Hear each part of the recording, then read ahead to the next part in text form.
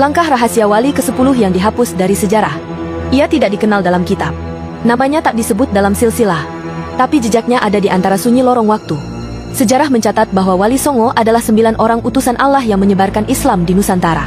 Nama-nama seperti Sunan Kalijaga, Sunan Ampel, dan Sunan Giri telah menjadi cahaya dalam lintasan zaman. Tapi di balik angka 9 itu, tersembunyi satu sosok yang tak disebut. Ia adalah Wali ke-10, yang keberadaannya dirahasiakan, dan jejaknya disamarkan oleh waktu. Ia tidak membangun masjid besar, tidak mendirikan pesantren megah, tapi ia menempuh jalan sunyi, menyusup ke relung kekuasaan dan gua-gua ketenangan. Namanya dihapus, tapi langkahnya masih terasa. Jejak di antara bayang. Kisah tentang Wali ke-10 tak pernah ditemukan dalam kitab resmi, namun hidup dalam bisikan para mursid dan penjaga pesantren tua di Jawa bagian selatan. Mereka menyebutnya dengan nama samar, Maulana Isyraq, yang berarti, yang bersinar diam-diam. Menurut kisah para tetua, Maulana Isyraq bukan berasal dari tanah Jawa. Ia datang dari seberang lautan, entah dari Arab, Persia, atau wilayah kuno India. Ia datang tidak dengan rombongan, tapi sendirian, menutup wajahnya dengan kain putih, dan hanya berbicara jika perlu. Ia tidak mencari murid. Tapi para murid datang dengan sendirinya. Mereka yang melihatnya duduk berzikir di tepi sungai saat fajar, atau muncul tiba-tiba di tengah badai hanya untuk menolong orang miskin yang tersesat. Mengapa ia dihapus? Pertanyaan terbesar adalah, mengapa sosok setinggi itu tak pernah tercatat? Salah satu manuskrip tua di lereng Gunung Merapi menyebut bahwa Maulana Isyraq adalah satu-satunya wali yang menolak dilantik sebagai bagian resmi Wali Songo, karena ia merasa tugasnya adalah meluruskan dimensi batin Islam, bukan syariat lahir. Ia dipercaya sering berselisih paham dengan beberapa wali besar mengenai pendekatan dakwah. Ia menginginkan penyatuan antara Islam, ajaran tua leluhur, dan ilmu makrifat Jawa yang dalam, tanpa merusak fondasi tauhid. Namun jalan itu dianggap terlalu berisiko.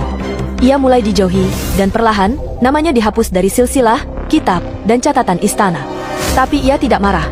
Ia justru semakin menyepi, dan memilih hilang dalam langkah-langkah rahasia. Pertemuan yang tak terlupakan. Sunan Bonang pernah dikabarkan bertemu dengannya di dasar Goa Kiskenda.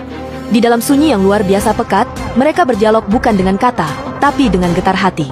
Sunan Bonang keluar dari goa dengan wajah berubah, pucat, tapi bercahaya.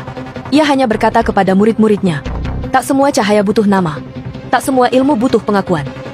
Sementara itu, Sunan Kalijaga dalam usia senjanya juga pernah berkata, jika engkau bertemu orang yang sujud tanpa suara, dan zikirnya membuat pepohonan menangis, barangkali itu dia, sang saudara yang kita sembunyikan dalam sejarah. Makam yang tak ditemukan. Tidak ada yang tahu di mana Maulana Isyraq dimakamkan. Beberapa percaya ia lenyap begitu saja. Ada yang yakin ia masih hidup, karena tubuhnya tak tersentuh waktu. Bahkan ada legenda yang menyebut bahwa ia menjelma sebagai pengemis, yang datang ke pasar-pasar membawa tasbih, menasihati para pedagang tanpa pernah meminta imbalan. Dan jika kamu bertemu seseorang yang menatapmu dalam tanpa menghakimi, lalu pergi sebelum sempat kau tanya siapa namanya, mungkin saja itu dia. Sang Wali ke-10. Jejak langkah di zaman ini. Wali ini tidak memerlukan pengikut. Tapi ajarannya tetap hidup, tersebar dalam bentuk kearifan lokal, puisi lama, dan pepatah Jawa yang syarat makna. Ia seperti angin, tak terlihat, tapi menyejukkan. Seperti embun, tak bersuara, tapi membekas. Dalam zaman yang semakin riuh, barangkali kita butuh satu sosok yang tidak tampil, tapi menyembuhkan.